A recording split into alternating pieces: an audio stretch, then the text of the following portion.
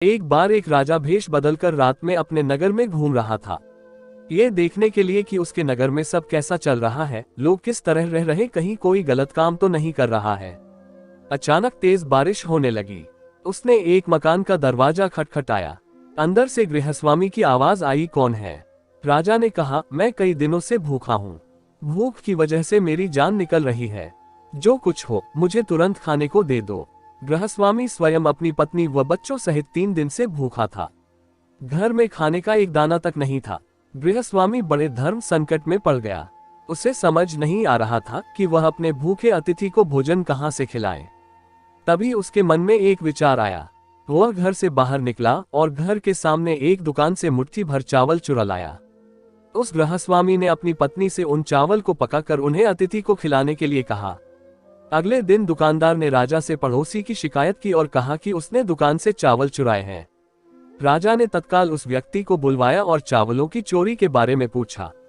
उस व्यक्ति ने अपना अपराध स्वीकार कर लिया और बीती रात की पूरी घटना सुना दी। हाथ जोड़कर कहा, महाराज, मेरा स्वयं का परिवार 3 दिन से भूखा था। मैंने अपने लिए चोरी नहीं की और ना ही कभी करता, चाहे मेरे प्राण निकल जाते, परंतु आधी रात में घर पर आए अतिथि को भूखा नहीं देख सकता था। राजा ये सुनकर बहुत दुखी हुआ। उसने बताया कि अतिथि वह स्वयं था। फिर राजा ने उस दुकानदार को बुलवाया और पूछा कि क्या उसने अपनी दुकान से पड़ोसी को रात में चावल चुराते हुए देखा था। दुकानदार ने कहा, हाँ महाराज, मैंने देखा था। दुकानदार के हाँ कहने पर राजा ने कहा, इस घटना के लिए प्रथम दोषी मैं खुद हूँ।